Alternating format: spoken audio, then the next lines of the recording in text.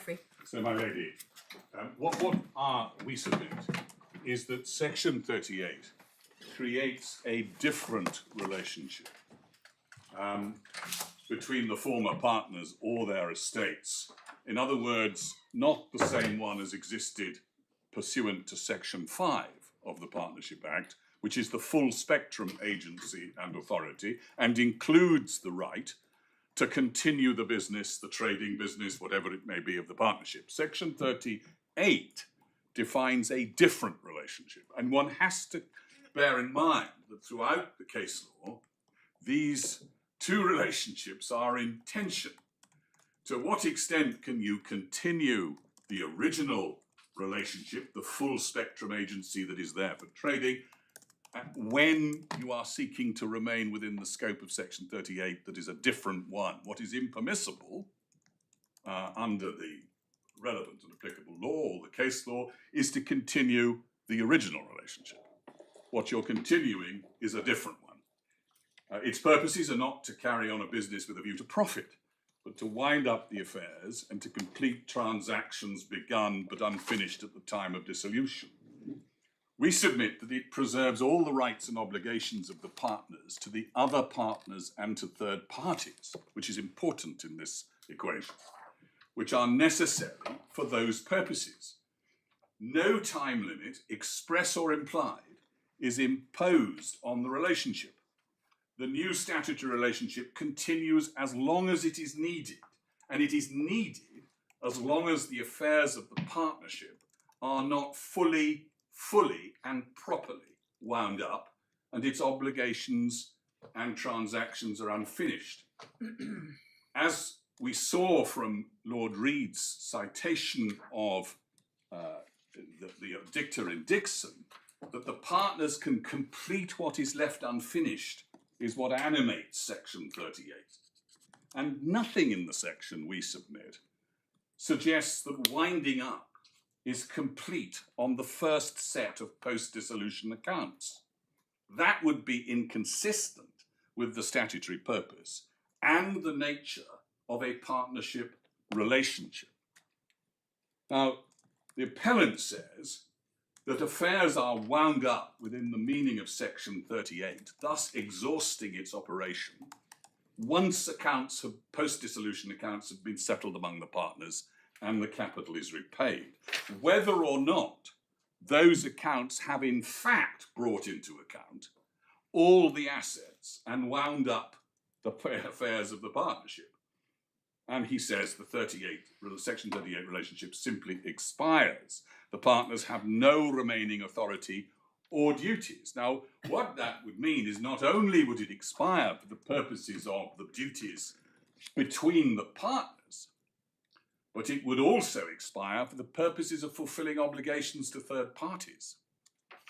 And we'll come to see what the significance of that might be and whether that would be consistent with any sensible interpretation of the statutory policy in connection with Section 38.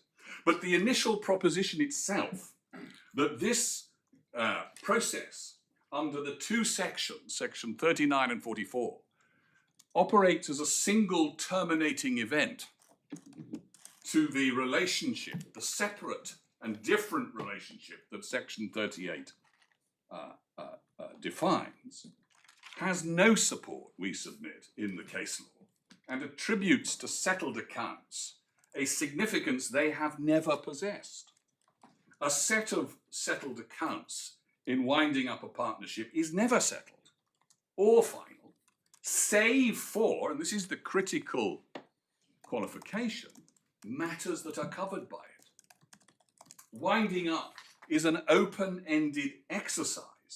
A set of settled accounts are merely a good defense to a demand for another one on the matters that have been covered by the first set. It is always open, my lady, in our submission, where new matters have arisen, where new obligations are discovered, for a new account to be applied for. It may be that you do not need to return to square one in the new account, but you need to bring into the account those new assets. Let me try, if I may, my lady, to give an example. The risk of an analysis of this kind is that one sees an asset as a simple, let's say, a painting or a car. But in truth, the discovery of an asset may be accompanied by a whole trail of other considerations.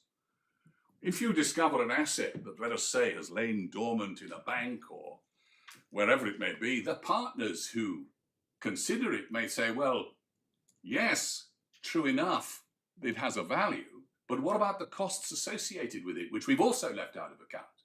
How should those be borne? How should those be brought into account?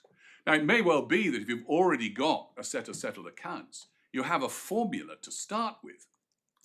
But that does not prevent, in our respectful submission, nor is it ever prevented, where errors have existed, for example, in the earlier account or omissions, an application for a subsequent account. Now, my lady, I need to take your ladyship to the, very briefly, because I know your ladyship will have a chance, I hope, to look, or will in due course.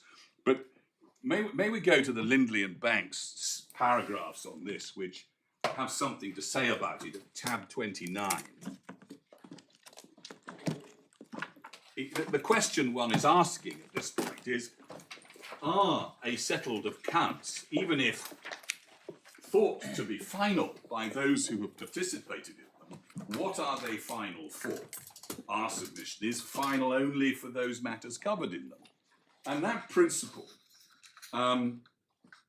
if we could start, my lady, at page 526 in the bundle, with 23183, an account which has been agreed between the partners, conventionally referred to as a settled account, or more inaccurately as an account stated, naturally constitutes a good defence to an action seeking a further account of any transactions or dealings covered thereby.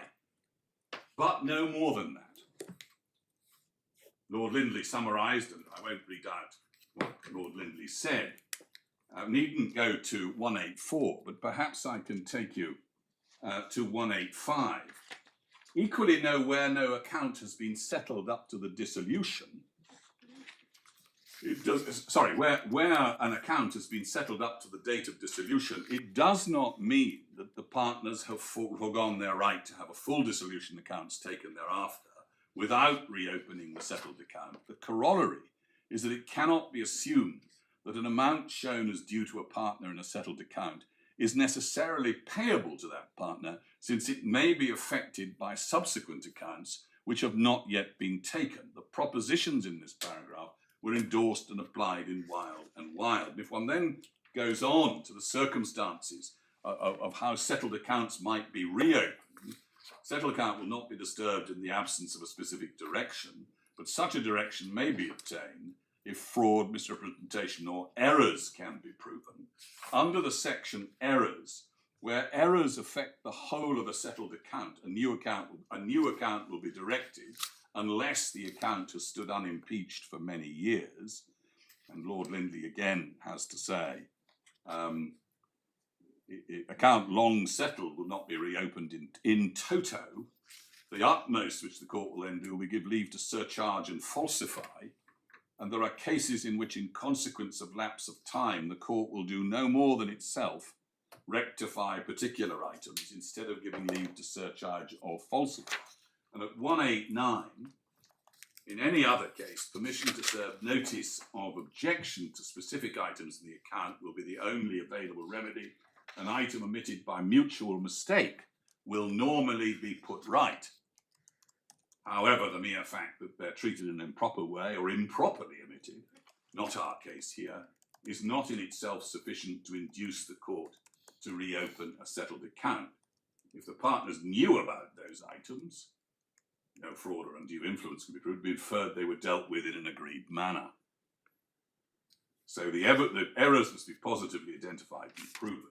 So to return to my submission, it's this, that the law of partnership, the general law, has never considered settled accounts, be it pre-dissolution, and indeed pre-dissolution, there are only a few circumstances in which an account will be obtainable pre-dissolution, not applicable to our case.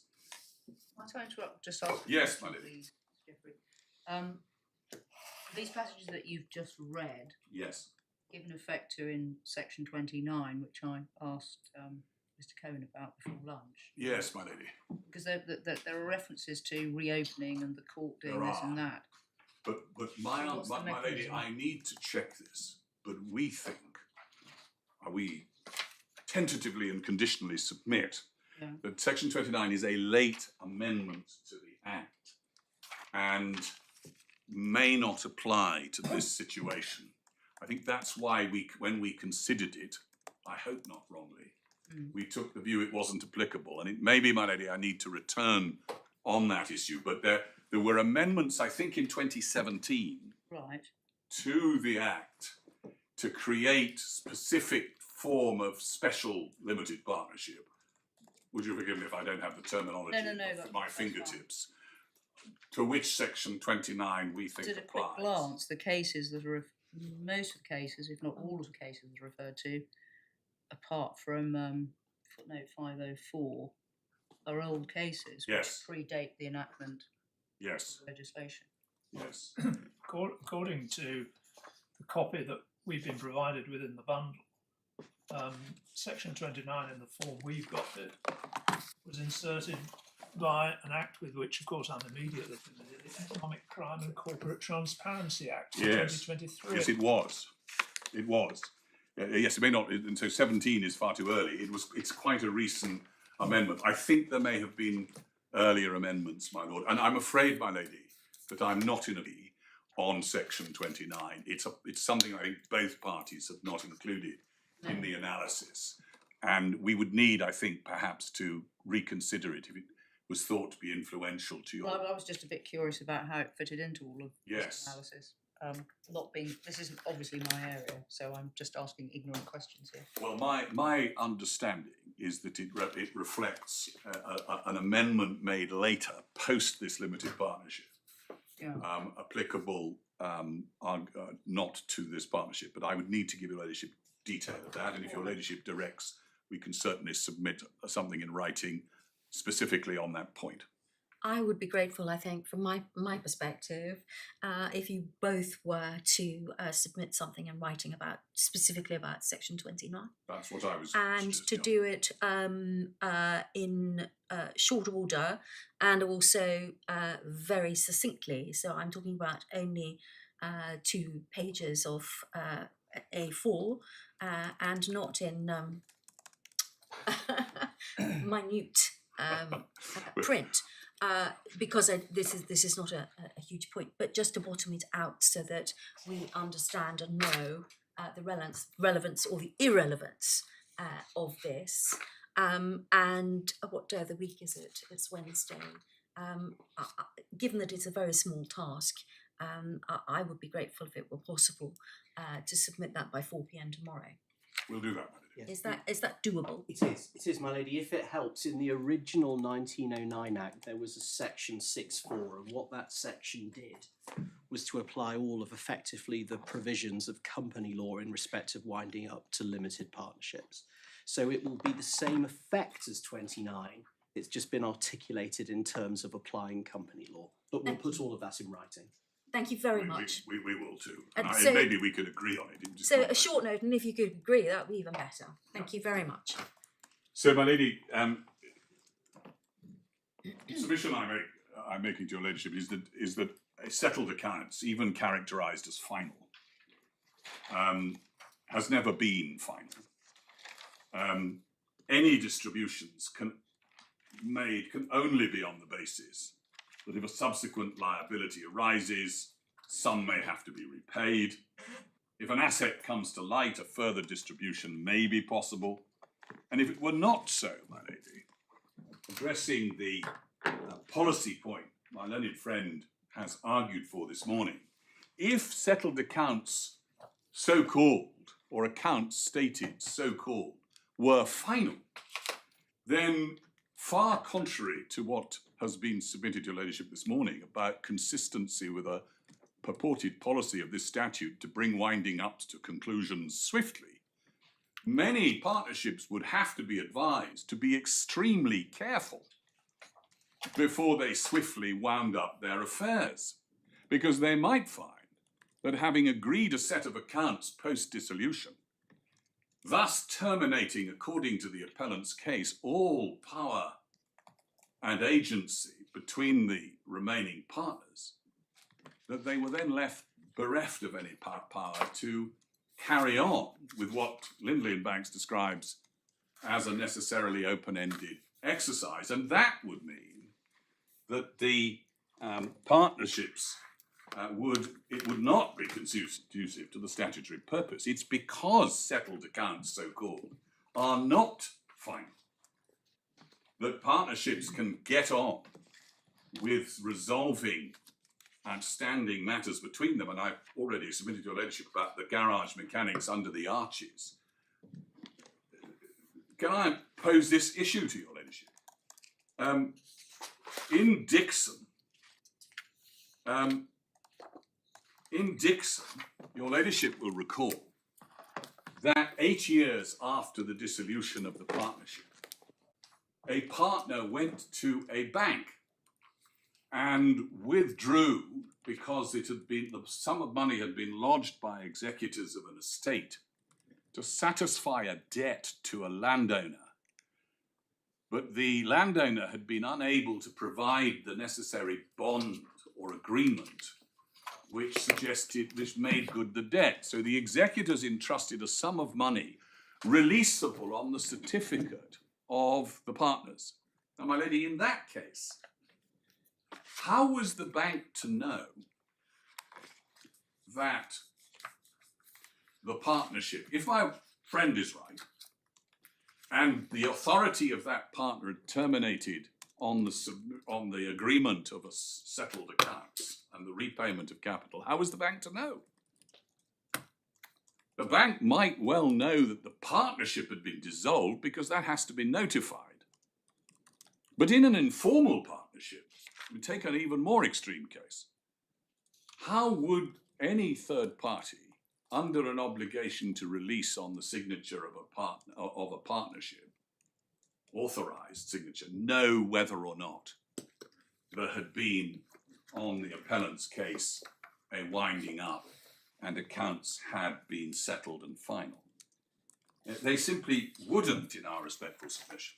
And to come to Dixon, it is an important case we submit, at least illustratively, because in that case, the appellate committee plainly did not, my learned friend has argued about Dixon, this was a pre-winding up case, but in fact one can scan the judgment in vain to find out whether or not there had been settled accounts.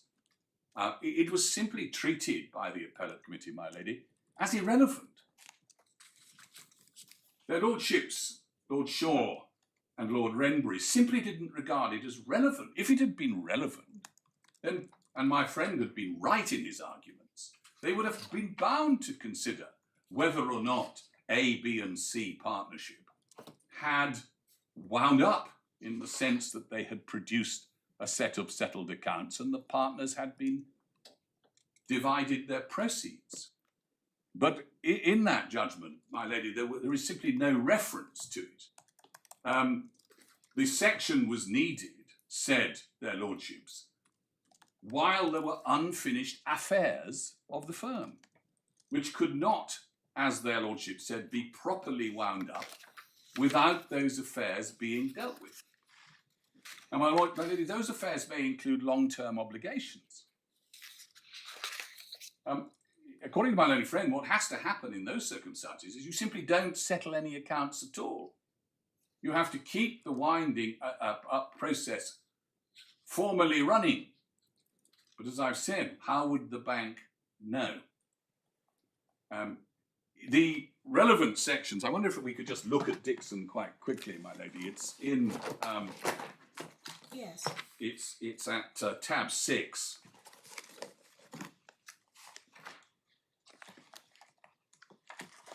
Lord Reed referred to the various dicta which, as he cited, animated section 38. But if this power did not exist, and this was 8 years after dissolution, wholly irrelevant to the judgments or the speeches of their lordships, they start at page 70. The relevant and important parts commence on 71.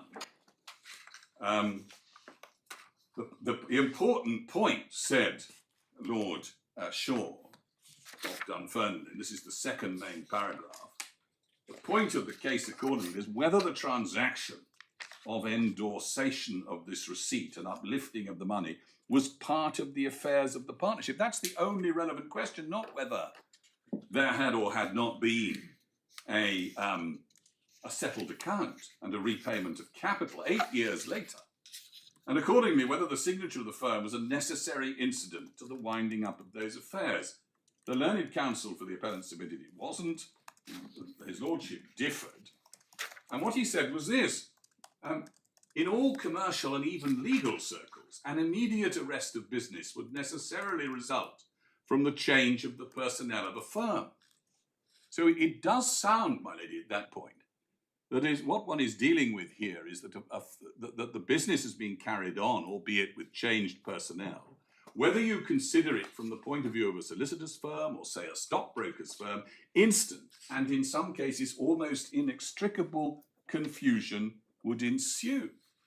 And that is because if you have an obligation of a firm that is long dated, according to my friend, you cannot dare wind up because, or be seen to or hurt to have a settled account, because if you do, you are unable to fulfill the obligations that firm may have in its original form.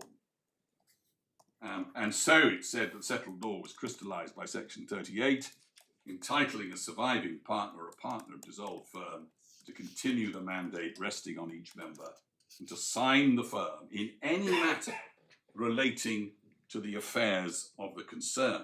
My lady, the need for that authority does not terminate because the partners within 4 weeks or 4 months have decided we've settled the proceeds and what we're entitled to out of the firm. The need continues to fulfill third-party obligations as well, we submit, as obligations among the partners. This particular partner embezzled the money, but plainly he was under strict duties not only to a third party beneficiaries of the money, but also to his partners. But according to my friend, if there had been a set of accounts stated as being final, so that the partners have been able to take out their entitlements from the partnership, all authority ceases and the virtue of section 38 expires. We submit that that cannot have been the intention of the legislature, and it has never been taken so to be. Lord Renbury, at page 72, over the page, says, halfway down the page, it seems to me that obligations and responsibilities arise in respect of the signature of the deposit receipt that was in the hands of the firm, and the terminatio, the working out of that obligation, was the working out of an affair of the partnership, an affair of the partnership to be dealt with in the winding up of the partnership affairs, and that the section of the Act of Parliament is exactly applicable to enable B to sign as he did in 1904. No relevance as to whether or not there had been a set of accounts between the partners 8 years before, 3 years before, and so on. Now, what is the consequence of the alternative?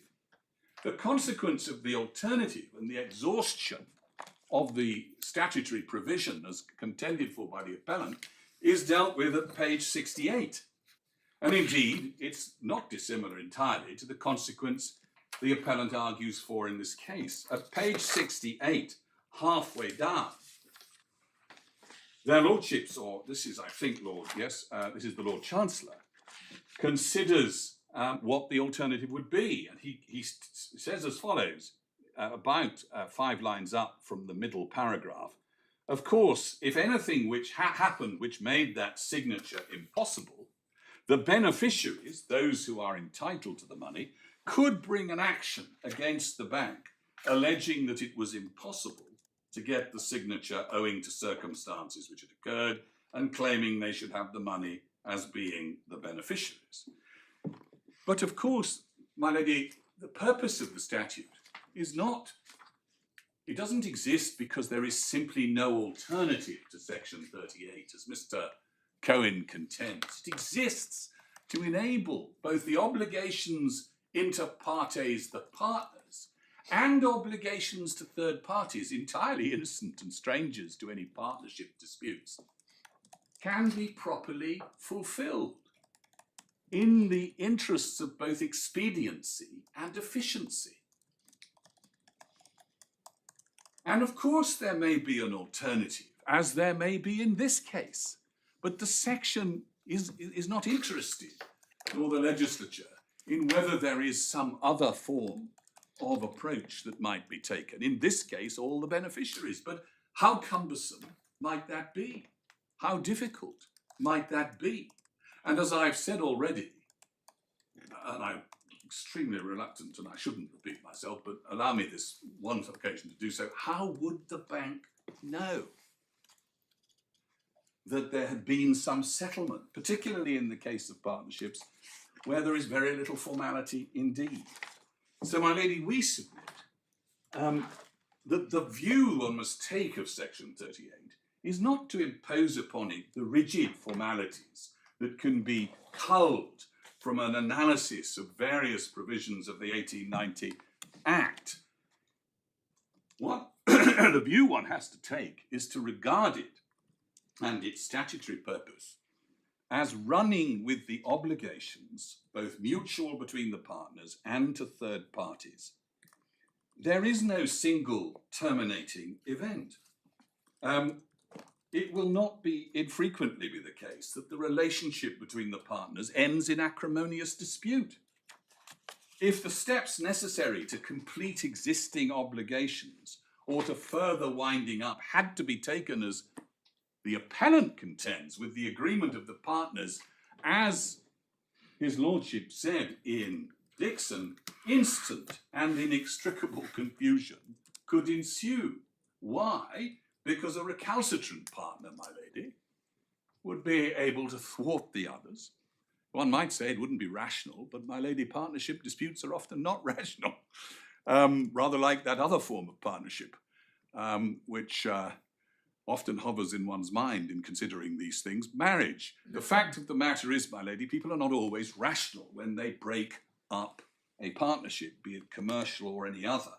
And therefore, if my friend is right, the simple and expedient pathway that exists under Section 38 has now to be approached in a different way, which will often lead to considerable expense, time, inconvenience, and difficulty, as indeed it may well in this case.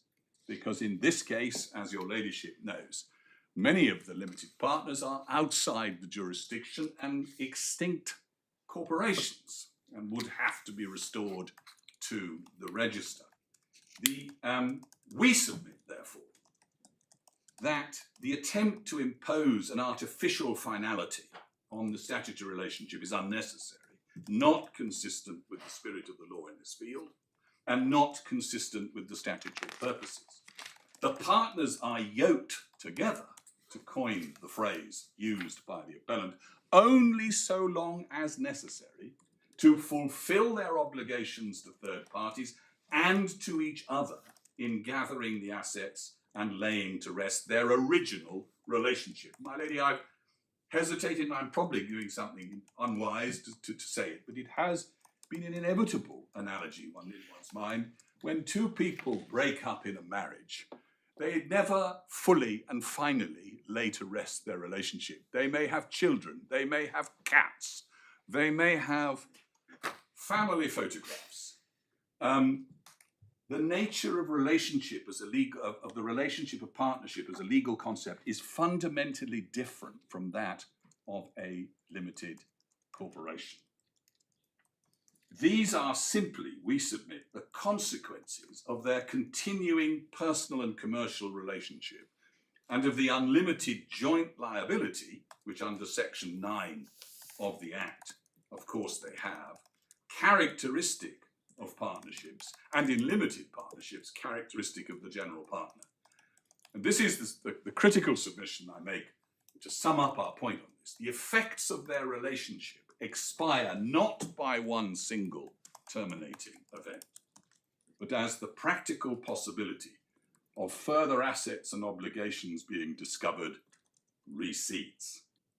The point, however, is they are not being obliged and are never obliged to continue the original business of the partnership. That is dead. It is expired. And the case law wrestles with that boundary line. The original relationship is dead. What is created in its stead is a different relationship, often likened to a ghost, but that ghost does not suddenly go pop and disappear when the accounts are settled post-dissolution. It expires. It expires as the practical possibilities of new obligations recedes. And that includes, of course, my lady, the existence of limitation periods. And the cases my learned friend has taken you to, and for the sake of brevity, I don't wish to go through all of them again, but the cases my learned friend has taken to, such as Gopala, such as Marsh and Bullock, are cases about limitation periods. They are not cases about that hold that a set of accounts is a single terminating event to the operation of Section 38 and exhaust its virtue. Perhaps by way of illustration, may we go briefly to Marshall and Bullock at tab 11. At tab 11, Lord Justice Peter Gibson's judgment at page 167 is instructive.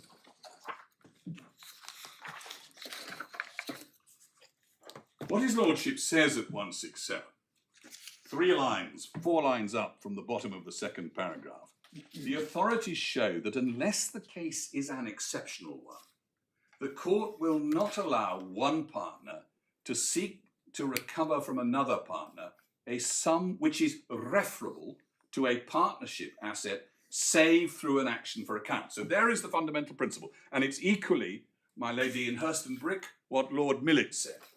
I needn't take you to it. It's in our written submissions, and so is the passage cited. So the fundamental means by which one partner recovers from another a sum referable to a partnership asset is through an account. Similarly for a right to contribution. But then his lordship identifies 3 possible exceptions to the general principle. One, he says, is where accounts have been finally settled. In such a case, it will be known what the respective entitlements are as between the partners and who is liable for what. In such a case, it would not be necessary to seek from the court an order for an account. Now, may we pause there? What is his lordship saying in that sentence? What we submit, he's saying, is this. The normal remedy would be an account, but in this instance, though you could go to get an account, it won't be necessary because you've got a settled account, unless, and here I return to the provisions that I've shown your ladyship or the sections of Lindley and Banks, and although I haven't taken you for brevity's sake to Wild and Wild, but the principle is pithily expressed by the learned judge in that case, that they are simply a good defence on matters covered by them, I return to the principles that settled accounts are never final or settled. All that his lordship says in his exception number 1 is that though you might go, you don't need to because you've got a settled account. Now, my caveat to that, my lady, my submission, is that you certainly don't need to go back to square one and reconstitute the entire accounts, but you may need to do some of those things described in the Lindley and Banks passages that I have drawn your ladyship's attention to. Error, omissions and the like. But his lordship is not saying there that he's not equating the settlement of a set of accounts with some different and entirely separate action that then has to be brought. The option of applying for an account is there. It's just in many cases there will be no need to. There may be need to if a partner says in relation to the asset, well, I'm sorry, but I think this changes the complexion of the calculations we've made. I paid various, let's say in connection with the painting that's been forgotten in the attic, he paid for it out of his own money. I brought it into he may well say, well, I'm sorry, but I can't accept that the share should be as you contend it should be based on our previous accounts. The point, however, my lady, is that Lord Justice Gibson was not in our respectful submission saying that once accounts have been finally settled, that's the end of section 38. He then uses the next example. So option 1 is where the option of an account is still available.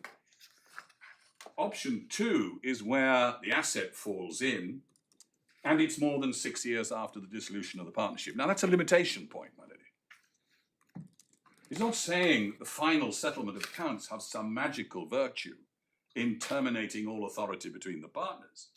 He's simply saying that you can't any longer go for an account because of the time limit.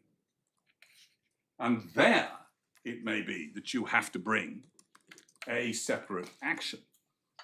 And of course, in this case, limitation is a very live issue in the substantive case, my lady. But that is a different remedy and a different argument. It may be that, in fact, my lady friend has all sorts of remedies and arguments that are more applicable here rather than challenging authority. And then finally, my lady, the third exception is where account would serve no useful purpose, presumably because the assets are of no value or the like. But what we submit is that this is a case not about the finality of accounts and those operating as a terminating event to the virtue of section 38 and its operation, but rather about limitation periods. And the same applies to Gopala, except that in Gopala, my lady, and I won't ask your ladyship to turn it up, you'll recall there is an obiter dicta from Lord Phillimore in which he says it would be unsafe for the bank in Dixon to release money, he didn't quite put it this way, but to release money on one's partner's signature after dissolution.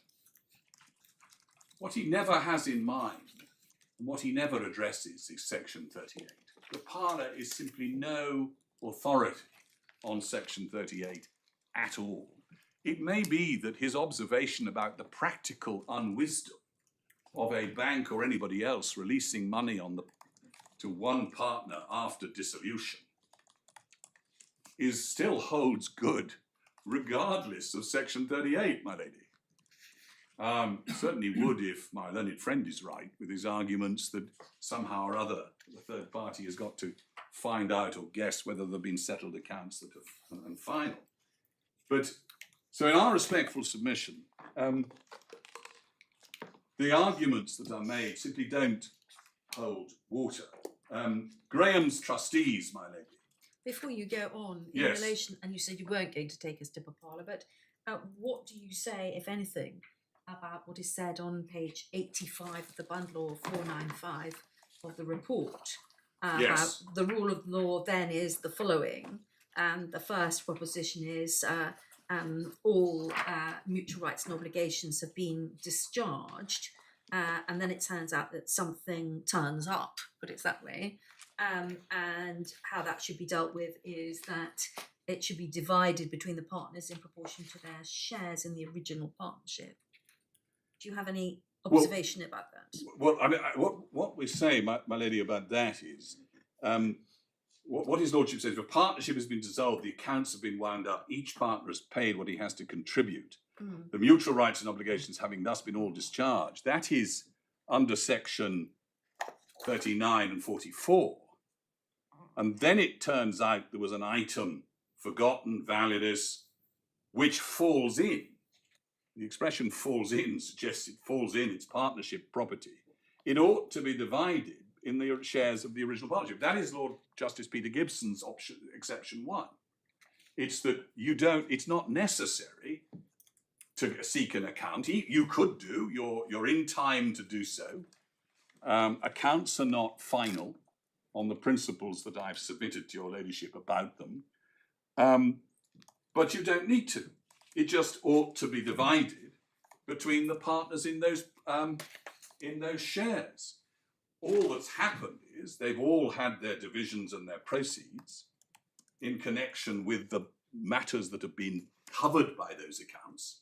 His lordship then moves to what happens when it's not been covered. Well, you don't need, as Lord Justice Gibson says in Marshall and Waller, to go for an account in that situation, because you have the establishments already set out. Yes, and so you say the reference to dividing it up in the proportion that the partners had shares in the original partnership doesn't go to anything which Mr. Cohen said about co-ownership at that stage. It's still a partnership asset, you would say. It's a partnership asset. Which is then divided in accordance with what the partnership agreement said about shares. Exactly. Okay. And that is right, because without the limitation period not yet having expired, all of the remedies available to the partnership, both under the original partnership and the Section 38 relationship, are still available. But then in the next paragraph, there's reference to agency having ceased with dissolution. I think you would say probably that's because nobody's thought about Section 38. Well, quite. My learned friend says it's not dissolution, it's his lordship got it wrong there because it applies to final settlement of accounts and repayment of capital. What that is about is, what his lordship is saying there is, the problem we are identifying here is very rarely going to occur. Because it's very rare that one partner is going to find himself in possession of an asset, which then creates the problem that is identified here. Because the problem here is there's been no account. So once the partner's got hold of the asset, the other partners can't get it, because they can't establish the shares and proportions of what he's got in his possession, their beneficial entitlements. And the harsh consequence of the limitation period is that, and this is the trade-off with limitation periods, my lady, throughout the law, is certainty. It doesn't always do fairness, achieve fairness. The partners can't get hold of the asset, and all his lordship is saying, Lord Phillimore in this case, is, well, this isn't going to happen often. Why not? Because you're a very unwise person if in a dissolved partnership you hand over to one partner the money. But if it does happen, he says, well, this is the rule. And it's a rule that is the consequence of limitation. This case has nothing to do with Section 38. It's not mentioned, nor is its equivalent. All that his lordship is saying is, with the Section 5 full spectrum agency gone, you're an unwise debtor who pays to one partner. And that may be true regardless, practically speaking, of Section 38. So, my lady, we do submit that all that is being said in Gabada is much as in Marshall and Bullock. You don't need to go for an account, even if you could, because you've got the distribution shares. However, we do submit there is a qualification to that. There must be some form of accounting because it's referable to the partnership. It may be you don't need to go to square one and get an entirely new account, but you have to account for it in some way that brings it into the partnership. For tax reasons, apart from anything else. Isn't Chetty really about the application of Article 106 of Schedule 1 to the Indian Limitation Act 1908, which specifically provided that a suit for accounts and a share of the profits of a dissolved partnership had to be brought within 3 years of the date of the dissolution? Yes, it's a limitation period. The relationship between that rule and the fact, and res judicata, because the claimant had already brought proceedings asking for an account and they'd been dismissed. And he then tried to get round that by bringing another sort of claim for against a specific asset. Yeah. Yes. it is a case about limitation, is what we submit, my lady. And focusing on the points that it does not say that a set of accounts that's produced is final, and therefore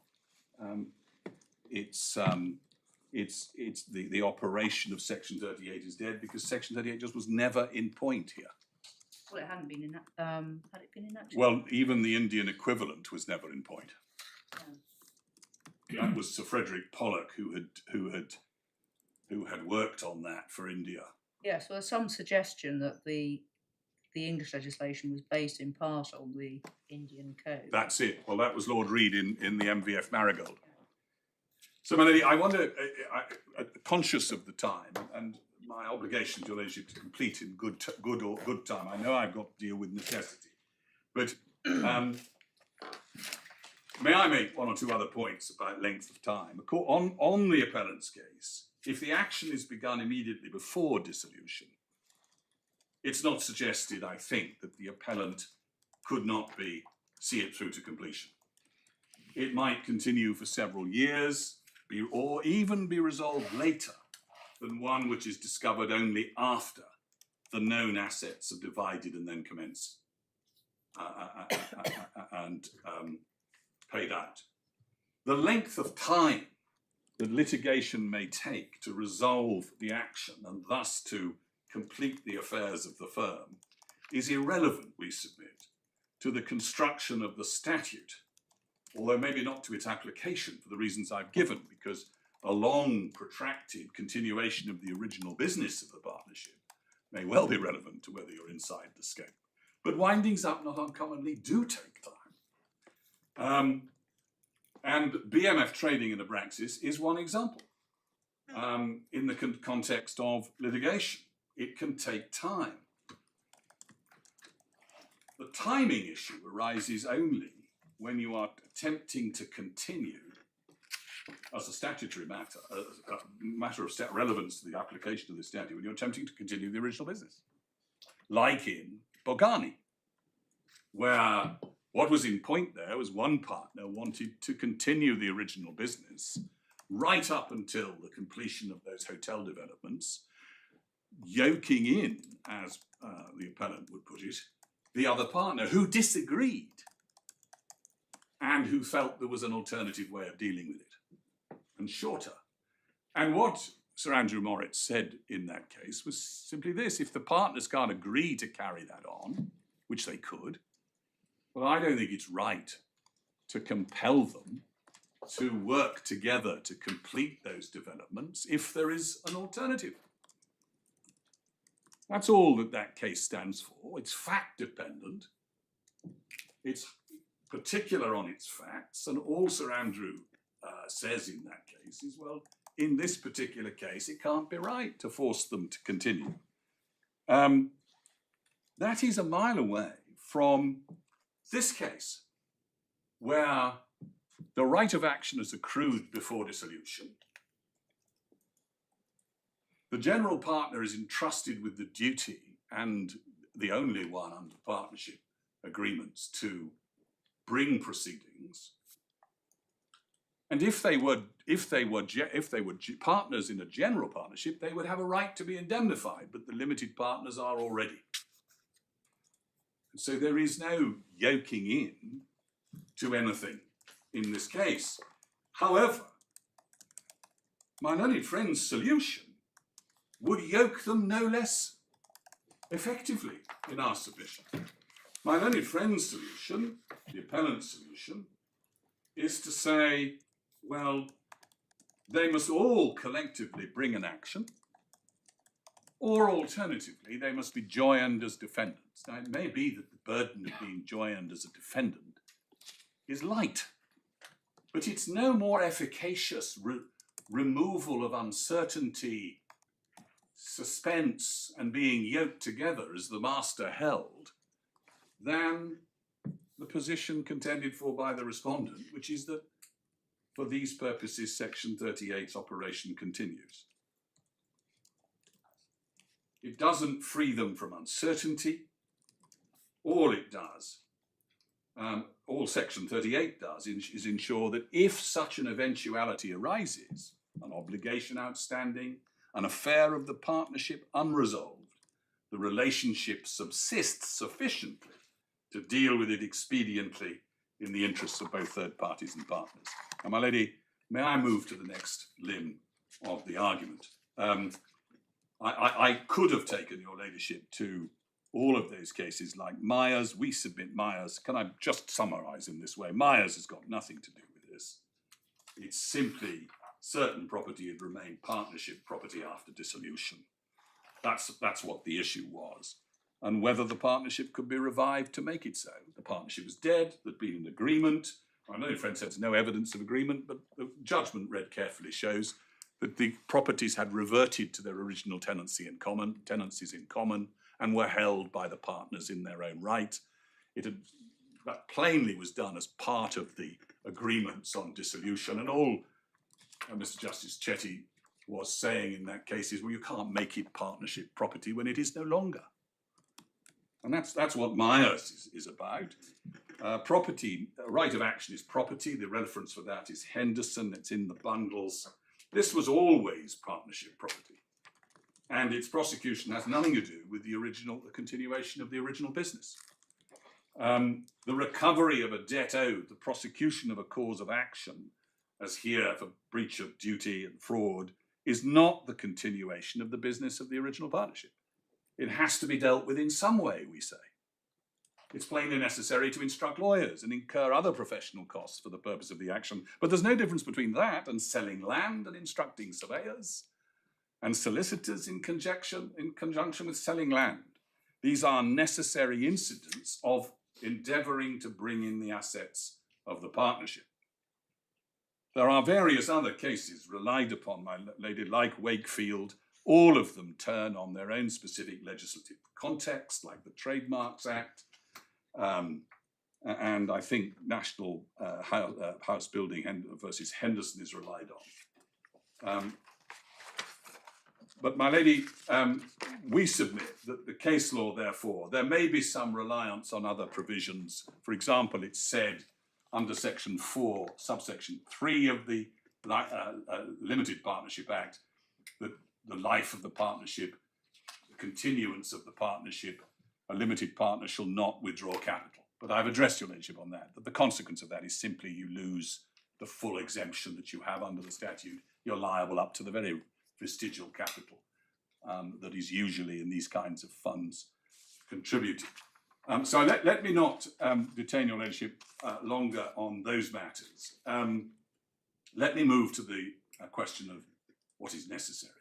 The appellant's case on this issue is that it is quite unnecessary for the general partner to bring these proceedings against him to wind up the affairs of the partnership. Well, my lady, no doubt many defendants to litigation feel that way. What is said is that there must either be collective agreement or there must always be an assignment because of the yoking together of the partners. Well, I've addressed your ladyship already about yoking. The fact is that the rule of law, the rule in this case, is partners are not obliged without indemnity to agree, but in this case, they have the indemnity. What is necessary, we submit, for the purposes of winding up the partnership must at least primarily be a matter for the partners, not for any third party.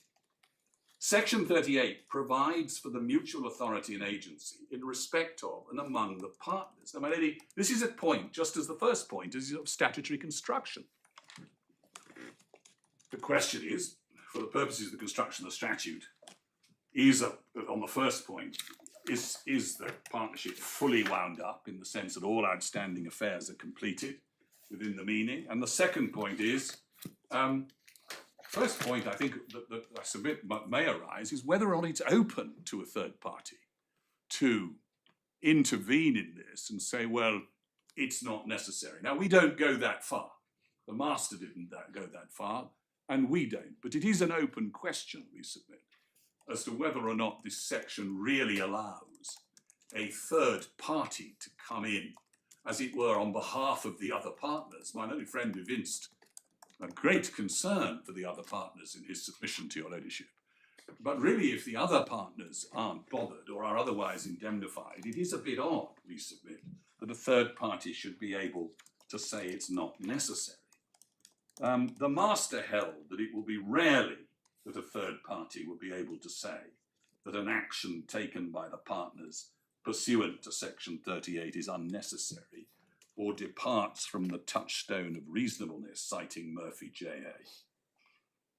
Well, that is because we submit, and this is the proposition I advanced to your ladyship, whether or not the section actually, as a matter of construction, really allows a third party to say this. Well, sorry, Sir Geoffrey, it must, because it's a question of the continuing authority of the partners. So a stranger to the partnership will surely be able to challenge whether or not that continuing authority exists, but it may well be that if the partner or partners agree, well, no, if they consider that the action is necessary for the purposes of the winding up, it may be that the court will consider a challenge to that view by a stranger to the partnership with some circumspection, which is a slightly different question. that is my submission. I do not go as far as saying, I've been clumsy in making this submission, forgive me. I do not go as far as saying, I haven't argued it, the master didn't hold it, that as a matter of construction and law, it is not open in certain quite extreme situations for a third party to say, you haven't got this authority. I do, so it's an open question. What I say the principle is that provided the action is connected to and for the purposes of the firm's winding up, in other words, as Farwell LJ put it in Seal and Kingston, if the partner is endeavouring to get in the firm's assets, your ladyship will recall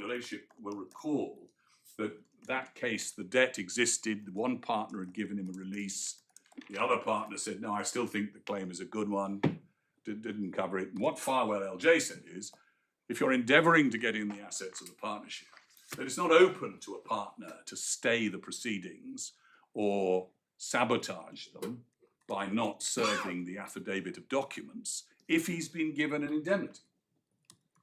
And in this case, the test is the general partner endeavouring to get in the firm's assets? The answer to the question, is it necessary, is a commercial and a practical judgment. And it's only fully ascertainable in most cases by the partners. It's for the partners whether the potential benefits of bringing the action outweigh the risks in costs and time. And where the partners have been indemnified, the issue vanishes to invisibility. What's the appetite for risk of the partners? The wording of the section refers to so far as may be necessary, not is necessary. What may be necessary to wind up the partnership affairs will depend on the factual context, and we submit other variable factors, including those indicated by the master in his judgment at paragraph 84. Before the master, the appellant submitted that the action was not necessary because of the effect on fellow partners and the time it would take when dissolution and winding up is supposed to be short. But it was acknowledged the position might be different for limited partners whose exposure was not the same as a general partner, but the interpretation of section 38 we submit must work for both types of partnership. And that leaves out of account the fact that partners are entitled, general partners, to be indemnified. So disagreements as to the commercial and professional need to bring legal proceedings are resolved by the offer of indemnity to any dissenting partner who must then assist the action. Limited partners, of course, are already dealt with and catered for by the Act. The courts may have reason, we submit, to examine the question of whether a particular action by partners of a dissolved partnership is necessary within the scope of 38, if, for example, the continuation of the trading business of the original partnership is an issue here. in the case, and whether that is necessary for the purpose of winding up. My lord, my lady, that is Kingsley, the farm partnership that was where the one partner continued to occupy the farm. Was she farming in a new venture, or was it occupying on a license for winding up? And the length of time it went on, the more implausible became the argument that it was all for winding up. And that's the same in Marigold. But my lady, the point about this is that all of these cases are disputes between the partners. There is not a single case that can be advanced before your ladyship, if my recollection is correct, of all the cases in these bundles, where a third party has come before the court to argue that it's not necessary. Kidson, another case in the bundles, was a case involving partners.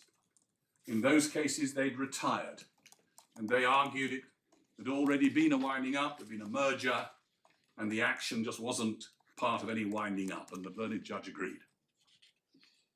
There was no winding up going on, he said. But in this case, it's expressly to get in the assets of the partnership.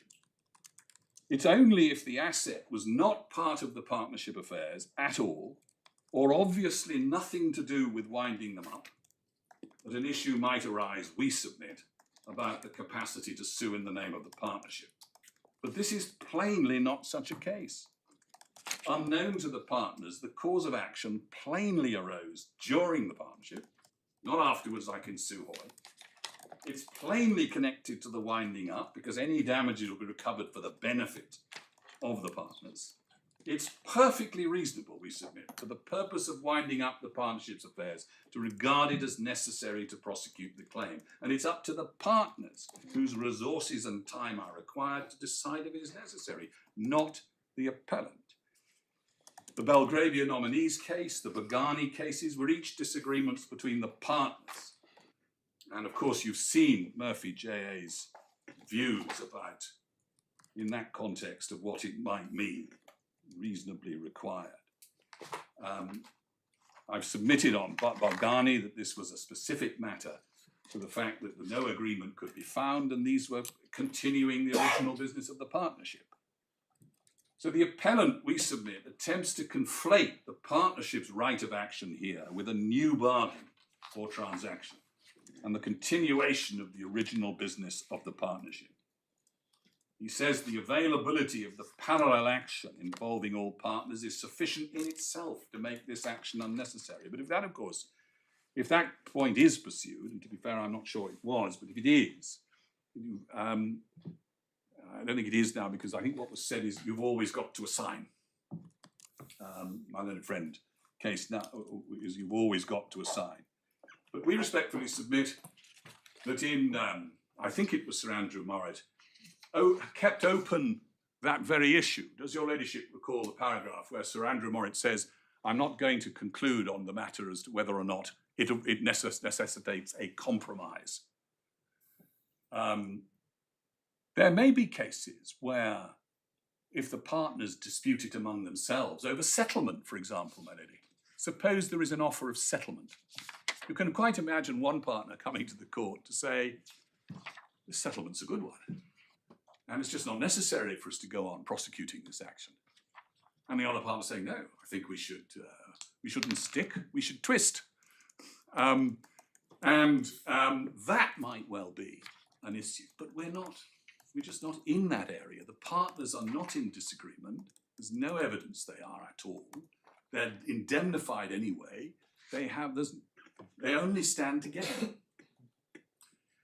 And what do you say about Belgravia, about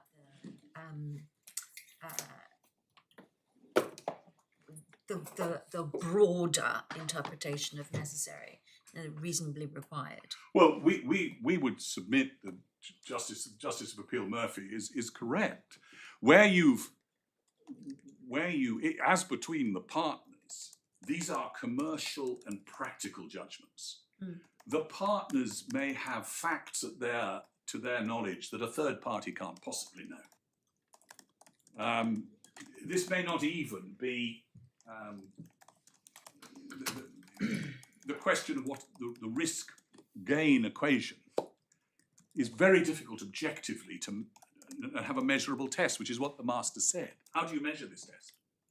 In connection with a simple debt, but what happens if you discover a complex, many, my lady will be familiar, there are many cases that start out looking simple, that very rapidly become not so. What the master effectively said, and we agree with him and we submit so, there is no measurable objective test really that can be used here to determine whether for a court, absent a dispute between the partners, certainly, and then if the partners dispute it, the answer is simple. Well, you've got an indemnity. And against that background, is it really required that you should force the other partners to settle on this counter? Well, I'm supposed to be, well, that means we're going to get nothing. But if partners with whom he hadn't dissented had not started in the first place, they'd never been in the presence of an offer of settlement. So these are complex questions, but they are questions of judgment. And so specifically, Sir Geoffrey, I'm sorry to No, what do you say in relation to what Mr. Cohen said, which was you either must assign or you should only proceed if you've got a liquidated sum, which is in relation to which there's no genuine dispute. Well, we submit that's just misconceived. The fact of the matter is the partners have a right of action, and in this case, my lady, one discovered later on the pleadings because of concealment. So we would if this statutory guillotine falls, as is argued by the appellant, it falls because the only reason it's not been included in the pre or post-dissolution accounts is because of the concealment of the defendant. But we submit that it's simply not open. What we say in effect, my lady, is these are heavily fact-specific decisions, and primarily for the partners to sort it out among themselves. And contrary to the submissions against us, given the fact that partners are entitled to indemnities, there is simply no reason not to accept the judgment of the partner responsible or the partners bringing the action, except in the presence of something really quite obvious. And the mere fact that it's an action for damages which the defendant claims is unmeritorious is not such a ground, as to hold it unnecessary. If a partner came to say it, the answer to him would be, well, you have an indemnity. Provided he's trying to get it in for the partnership, which he is, you've got an indemnity. And that is why I say that all of these things are contextual. Like in Sir Andrew Morritt's judgment, where what was the case there was that the partners couldn't agree to bring these things to ultimate completion. And the ratio was, I'm not going to compel these two partners to work together. And there is an alternative. So, Melanie, we do submit that it really is simply not open. I mean, it's open, but it's not the kind of case as postulated by the master, where it's got nothing to do with the partnership affairs at all, where there's no winding up going on at all in the sense of getting in the assets or an attempt to get in the assets of the firm. If it's connected to the winding up, if there is a reasonable nexus, I suppose one could interpret that as reasonably required, as Justice of Appeal Murphy did, then the judgment of the partners, in the absence of any partner coming in to dispute it, ought to be accepted. And it's up to them to decide whether the cost-benefit ratio equation favours one course or another. Now, in this case, my lady, the general partner has all the liabilities on his shoulders of the firm.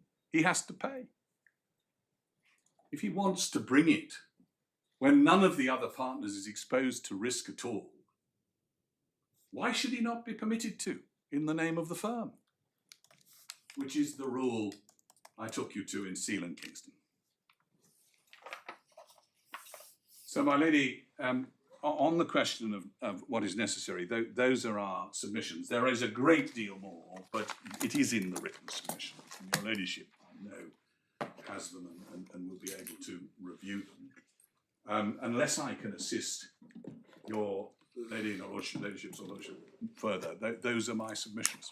We're grateful, thank you. Thank you. Mr. Kerr? My lady, just a very few points. And I'll deal with ground 2 first, because that will be fresh in mind, because Sir Geoffrey has just finished on that point.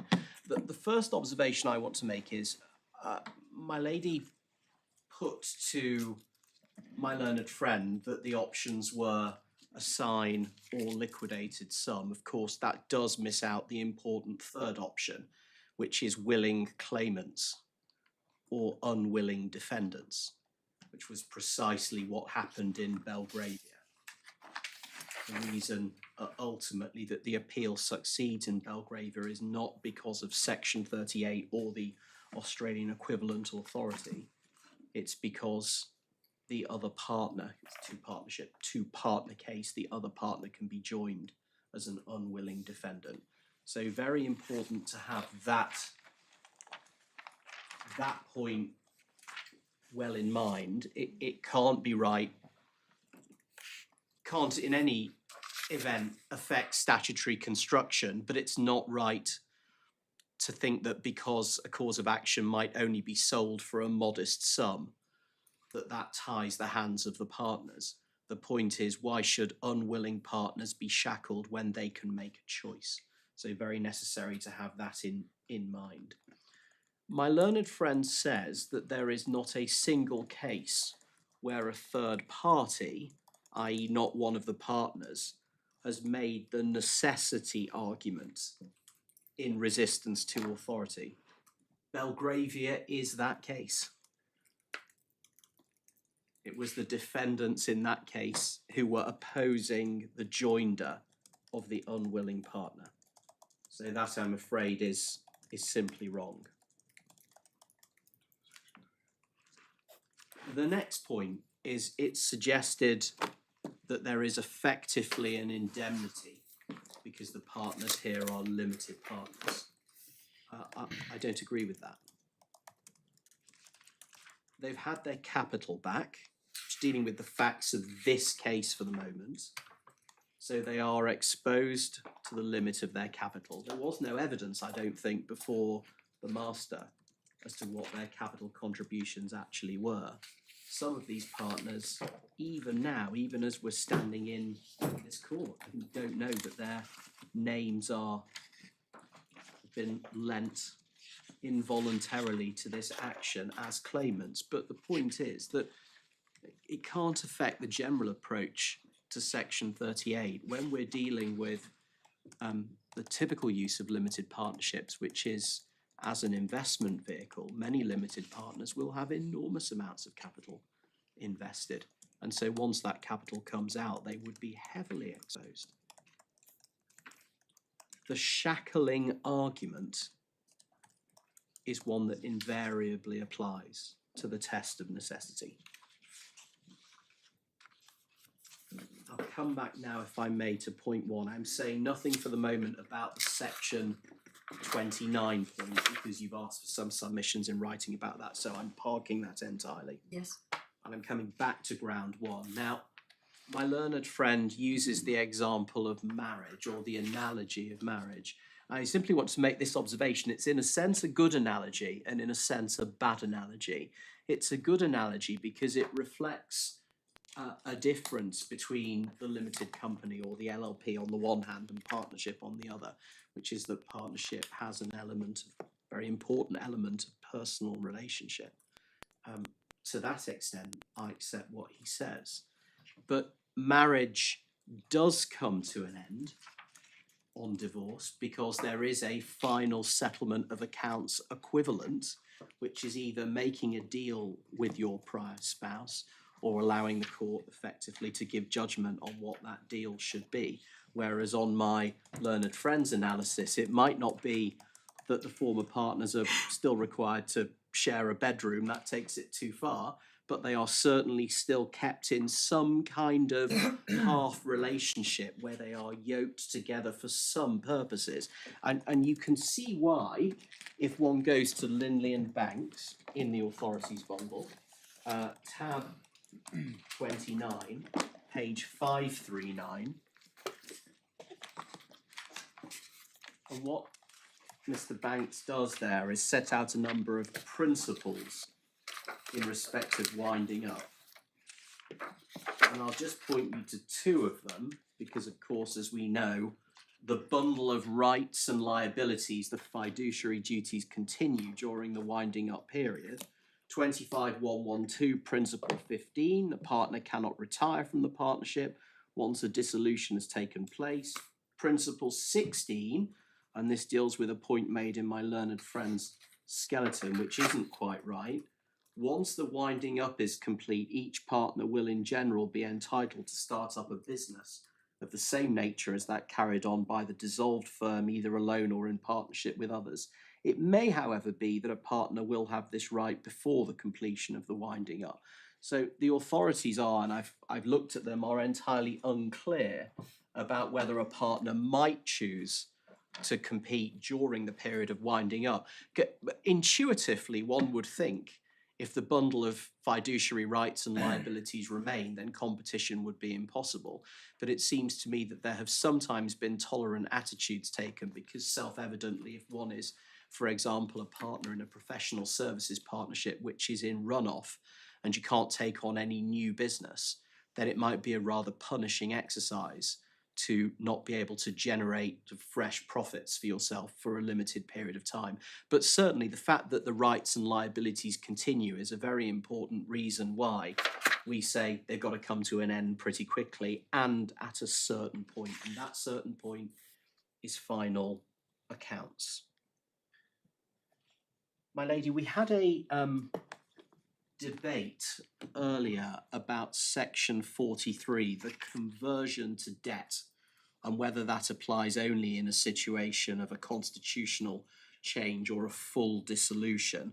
I just want to show you what Duncan says about that, because I think that my lady's view was that certainly on the wording it looked more like it applied to constitutional changes than it did on a full dissolution. In fact, Duncan takes the other approach. If one goes to tab 17,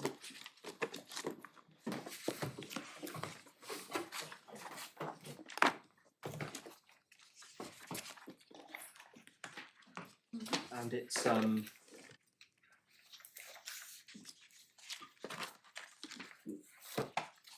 what happens in Duncan is that at 286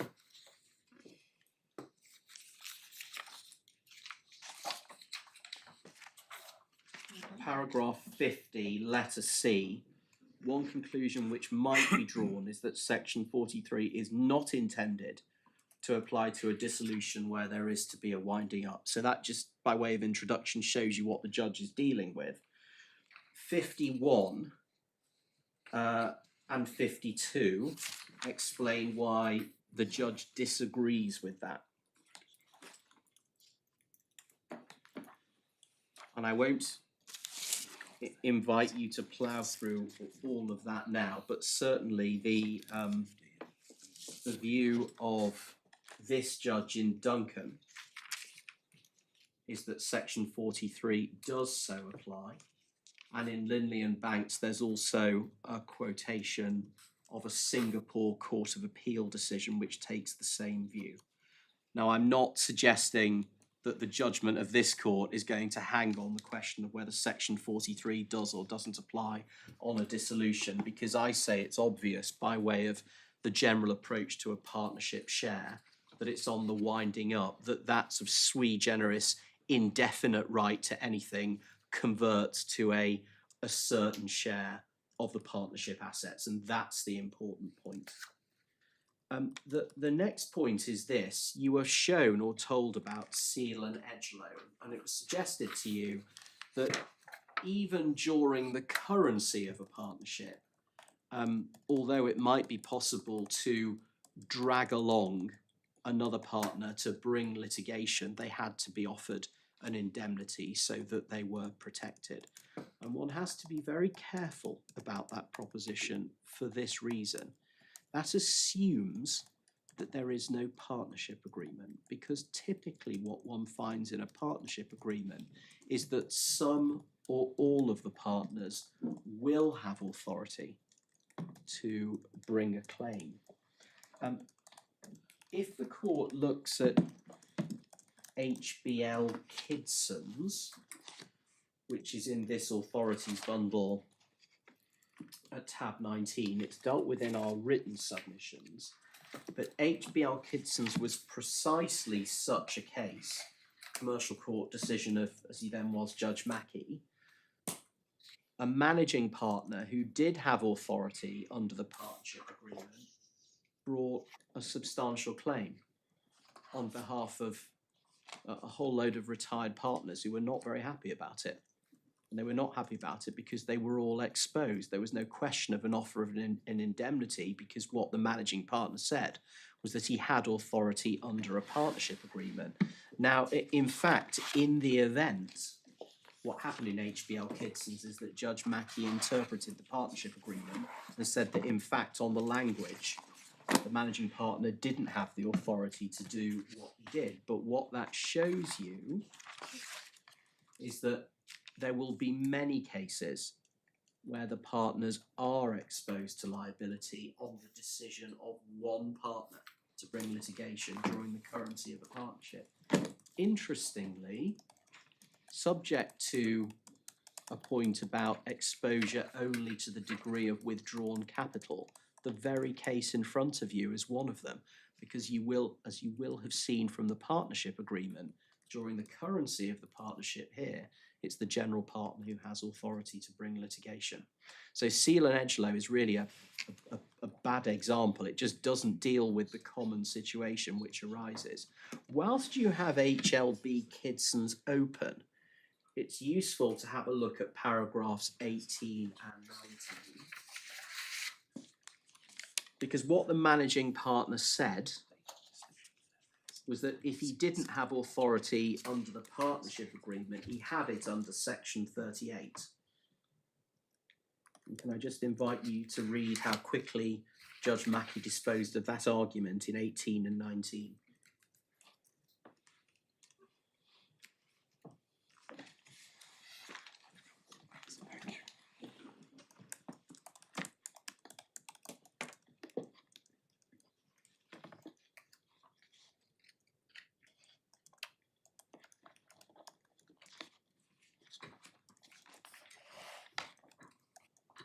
Now it's shortly expressed, but actually it's exactly the same decision as the majority in Belgravia. It's said not to be necessary because the partners can always do it by the traditional approach of either all combining willingly, or if anybody is unwilling, joining them as defendants. That's why it's not necessary. The majority in Belgravia. The next point, and I'm nearly finished, is that it was suggested to you that section 38 preserves rights to or rights owed by partners to third parties. That's not correct. There's no authority for that. That's never been the case. And it wouldn't be necessary because, of course... Sorry, Mr. Cohen, would you say that again? Because I was, my mind was elsewhere and I just want to... I'm so sorry, I was going a little quickly. If you would repeat what you said, I'd be grateful. There was a submission made to you that the purpose of section 38 was to preserve the rights of third parties against the partners.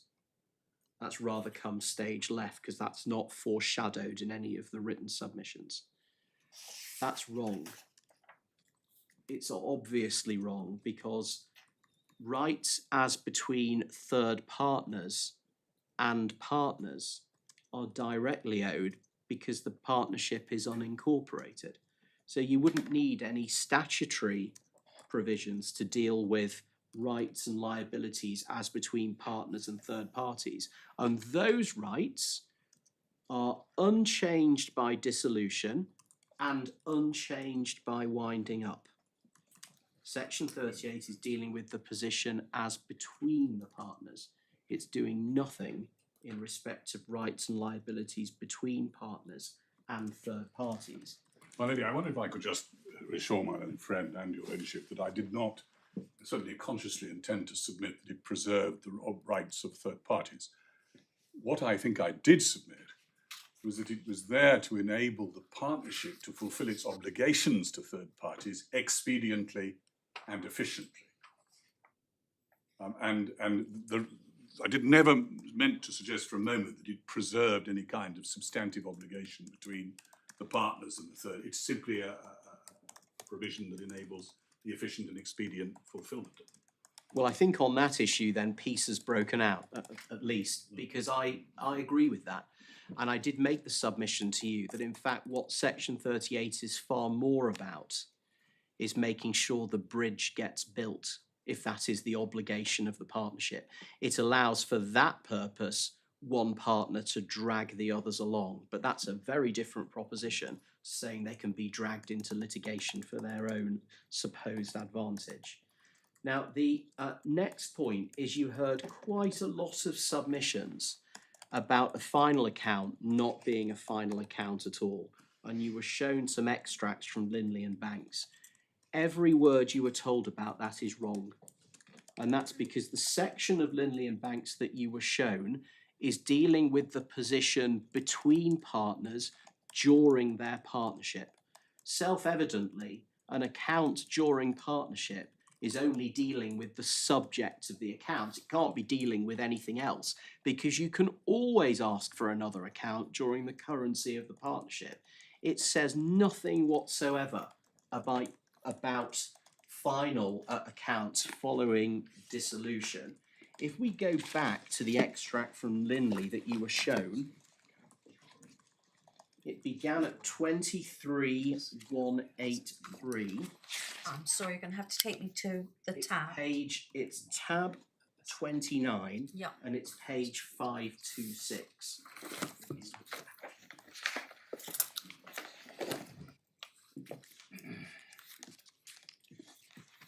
Part 23, chapter 23 of Lindley is entitled Actions Between Partners, and you can see that at the top of the page. 24 onwards of Lindley is part 4 of the book, the title of which is Dissolution and Winding Up. So page 526 and then page... So 526, if you look at 23,183, entitled Settled Account. Yep. And you were shown various parts of this going forward over the next few paragraphs. Yes. You'll see the heading is Actions Between Partners, and the references in the side column to 23 are chapter 23 of the book. Yep.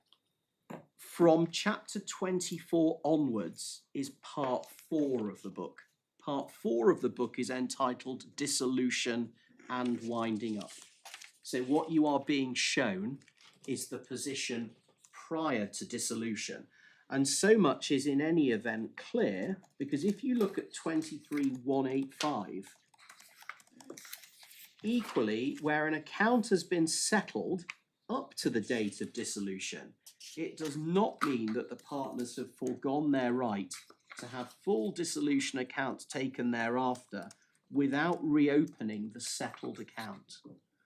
A settled account is something that arises during partnership. It is not a full dissolution account. And where are the paragraphs about full dissolution accounts then? I see 24 and I see, but I've only got a very little part of that, I think. Have I? You've got some of 24, and then 25 deals with winding up the partnership affairs. And if one goes to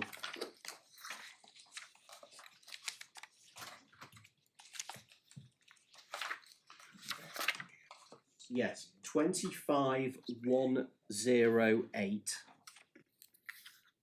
Well, I'm just looking at 2598. Principle 1, each partner is in general entitled to have Yes. dissolution accounts taken. Yes. Yeah. And Yes, I'm grateful for that, my lady. I'm sorry. And then if one goes over the page to 25.108, Yeah. Principle 11.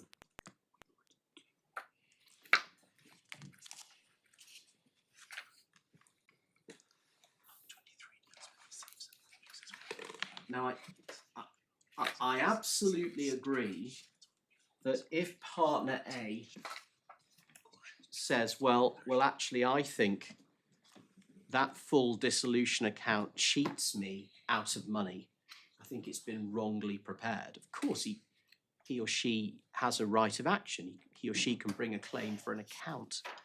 But the claim for an account is, the word account there means something different to a full dissolution account. It's the machinery of the Chancery Division to grant relief to the partner. But And you've got the limitation period in relation. correct. But and there's no limitation period which applies to accounts during partnership, because there can always be a new account taken. Obviously, a settled account is no defence in respect of an asset not dealt with by it, because it's a partnership asset and you can always ask for a new account. You've had one on Monday, you can have one on Tuesday. Wild and wild, that was, you were not taken to it, but wild and wild that my learned friend relies upon makes exactly the same point. So if one goes to tab 24, I think I only need to show you one passage of it. This is a partnership in dissolution. There's been no winding up, and the court's being asked to help with that. Paragraph 52, page 424.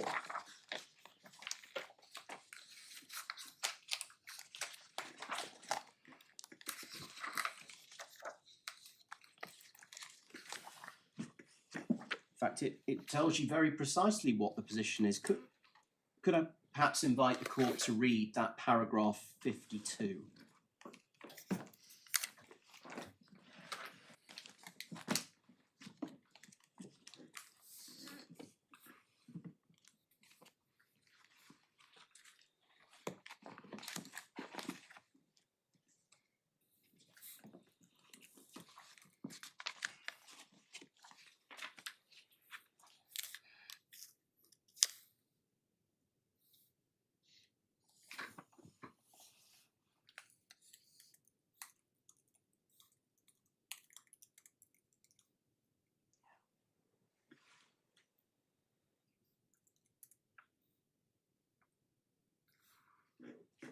Particularly the sentence is just over halfway down. Settlement of an account during the life of the partnership does not prevent dissolution accounts being drawn up on a correct basis. Entirely different accounts.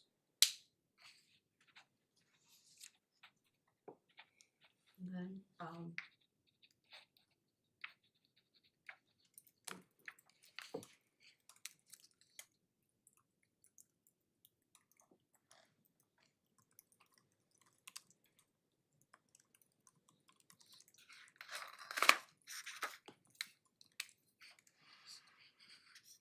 You will not, my lady, find any authority at all which suggests that there can be two sets of dissolution accounts. It's a contradiction in terms. Even section 44 calls them final accounts. The court might interfere with them, but that's a different point entirely.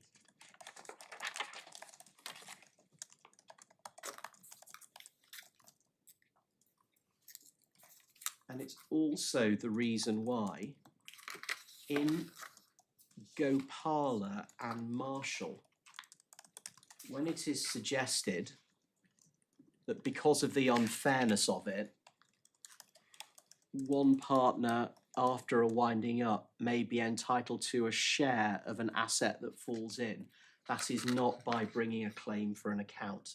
In fact, Marshall tells you it's not by bringing a claim for an account. The account is done. It's by bringing some other kind of contribution type claim.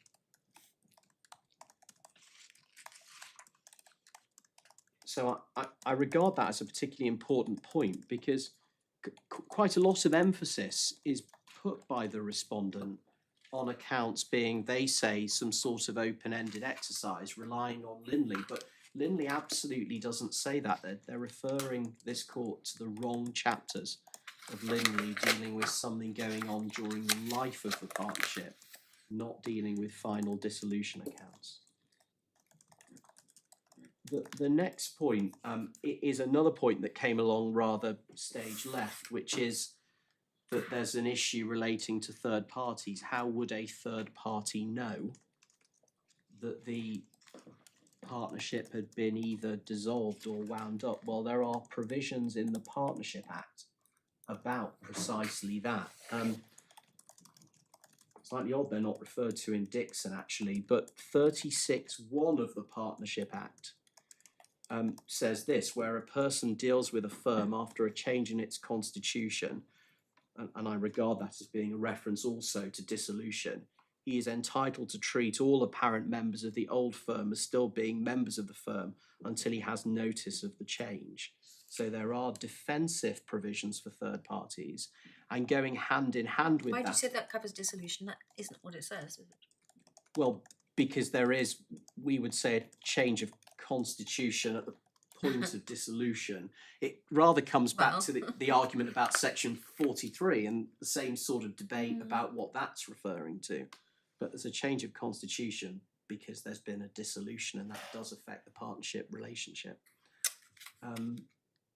And 44, well, certainly, can I make this observation? On the language of 36(1), even if it doesn't deal with the position post-dissolution, certainly deals with the position post-winding up. Because at that point, when the partnership comes to an end, there's most certainly been a change in its constitution. And 37 goes hand in hand with it and gives any partner the right to notify dissolution, which is typically published in the London Gazette.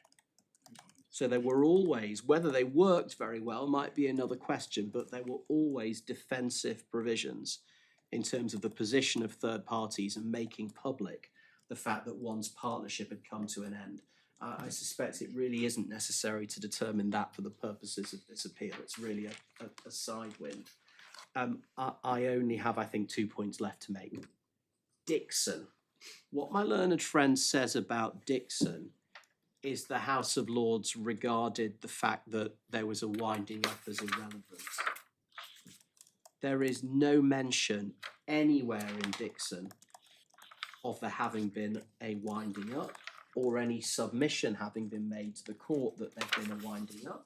I've looked at the Court of Appeal decision in Dixon, and I can make the same observation about that. There is nothing to suggest there'd ever been a winding up. And the answer as to why there could be no such submission is, I suspect, very simple. If one goes to Dixon, tab 6, what does not seem to have been appreciated in Dixon was that there might have been another issue here, which is that actually it was a technical dissolution rather than a general dissolution. Tab 6, page 68. If I could invite the court to read, please, the sidelined passage on that page.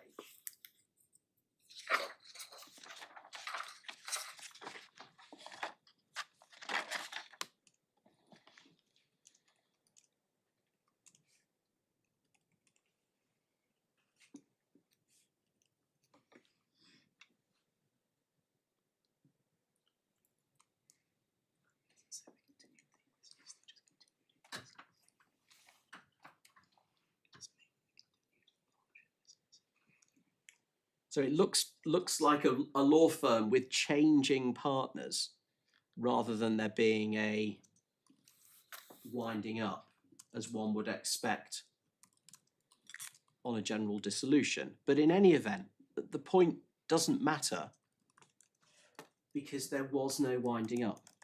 And it's not open, I think, to my learned friend to say, oh, the House of Lords regarded it as irrelevant. If the House of Lords had said, it's irrelevant that there's been a winding up, that would leave my ground one in this appeal in some difficulty. But they specifically don't say that, and there is no trace in the facts whatsoever that there had been any kind of winding up. And no suggestion in any academic work I can find that played any part in the reasoning in this. Well, they were technical windings up. Technical dissolution. I'm sorry, exactly. Well, that's why there was technical dissolution. Well, that's why there was no winding up, because there isn't a winding up on a technical dissolution. Yep. So that no doubt explains why this just isn't a winding up case. And that shows you, I'm afraid to say, why Dixon just takes the analysis no further. Whereas Gopala is very different, because Gopala is dealing with the position post winding up. And I say is absolutely squarely on point. It may be a case about limitation, but in order to reason the case, to establish the limitation point, one had to deal with the concept of agency. Because if there was continued agency post winding up, then self-evidently the asset that falls into the hands of the agent would be held on trust for his principal and would cut across the limitation period. And that's why the Privy Council is at pains to say that the agency has finished, so that the limitation period for an account is what it does. And there is just no answer to that point. Gopala, if for no other reason, and there are many, Gopala is the answer to ground one of this appeal.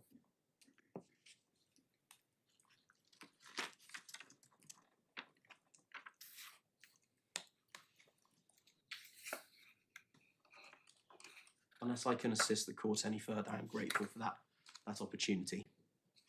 Thank you very much indeed. Thank you, my lady. Well, lady, I wonder if I might just deal with two matters that not by way of reply, but just by way of clarification. First, I am asked to make clear that all existing partners have been written to. The evidence below was that they had been, and some had replied, not all. So we wouldn't, insofar as it's relevant, my lady, we wouldn't want to leave that uncorrected. It's just a point of fact. Now on section 43, this hasn't arisen before. And it is a matter which I've been having some discussion with my own juniors. You've been taken to some of the authorities on this, not others. Understandably, because they're not in the bundle, as is indeed neither is section 43, at least separately and freestanding. I'm in your ladyship's hands. If it's going to be influential in the judgment, then I think we probably want to ask your ladyship for the right for another 1.5 page or 2 page submission on it, just drawing your attention to the other authorities on the point. The general consensus of Lindley and Banks on this is that the better view is that it only applies to technical dissolutions. There is certainly a disagreement on the authorities. Lord Reed is uncomfortable with that position without ruling against it in MVF Marigold. But if it were, I just want your lady would want your ladyship in the court to have all of the picture, which, when something arises in this way, is not always available to the court. Excuse me a moment. Yeah,